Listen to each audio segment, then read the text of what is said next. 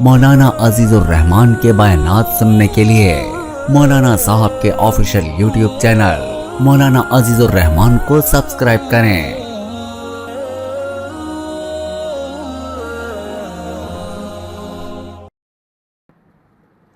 بسم اللہ الرحمن الرحیم، نحمدہ و نصلی علی رسول الکریم، اما بعد۔ طارق بھائی کی طرف سے سوال یہ ہے کہ پولیس والوں کو جان چھڑانے کے لیے پیسے دینا کیسا ہے؟ تو اس کا مختصر سا جواب یہ ہے کہ اگر آپ کے پاس قانونی اعتبار سے ساری چیزیں موجود ہیں تب تو آپ پیسے دینے کے پابند نہیں ہیں، بلکہ آپ اپنی وہ ساری چیزیں پولیس والوں کو دکھائیں اور اس کے بعد ان سے اجازت لے کر چلتے بنیں۔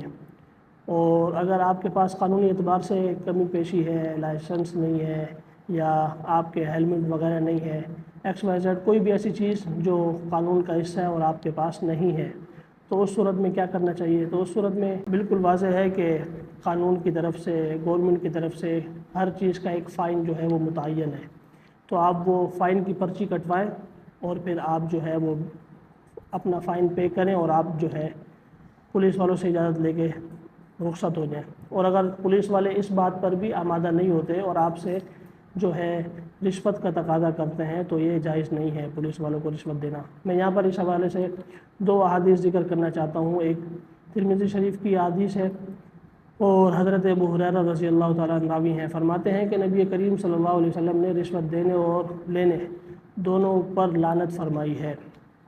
اسی طرح ابو داؤد شریف کی حدیث ہے، آپ علیہ السلام نے فرمایا کہ ہم اگر کسی شخص کو کسی کام پر مقرر کریں اور اس کے لیے معاوضہ بھی مقرر کریں تو ایسا شخص اپنے معاوضے کے علاوہ اگر کوئی اور کسی اور طرح سے مال لیتا ہے کسی سے تو یہ گویا کہ اپنے اس فرائض کے اندر اور اس کام کے اندر خیانت کر رہا ہے۔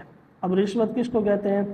ظاہر ہے کہ کسی بھی آدمی کا کوئی کام ہو، اس کے فرائض منصبی میں سے کوئی کام ہو اور اس پر اس کو معاوضہ بھی ملتا ہو تو ایسا شخص اگر اپنے اس معاوضے کے علاوہ کسی سے کوئی چیز کی ڈیمانڈ کرتا ہے تو یہ رشوت شمار ہوتی ہے۔ میں پولیس والوں کو اس طرف متوجہ کرتا ہوں، پولیس کے جوانوں کو، کہ خدا را آپ اپنے آپ کو اور اپنی اولاد کو ایسی حرام روزی سے اور ایسے حرام پیسے سے بچائیں۔ کیوں؟ اس لیے کہ یہی روزی اور یہی پیسہ جب آپ کی خوراک کا حصہ بنتا ہے اور آپ کے پیٹ میں جاتا ہے تو یہ بہت سے ایسے کام جو ہے آپ سے کرواتا ہے جو اللہ کی ناراضگی کا سبب بنتے ہیں۔ اللہ رب العزت ہم سب کو رزق حلال کمانے کی اور کھانے کی توفیق عطا فرمائے۔ وصلی اللہ تعالی علی خیر خلق محمد وعلی آلہ وصحبہ اجمعین، آمین۔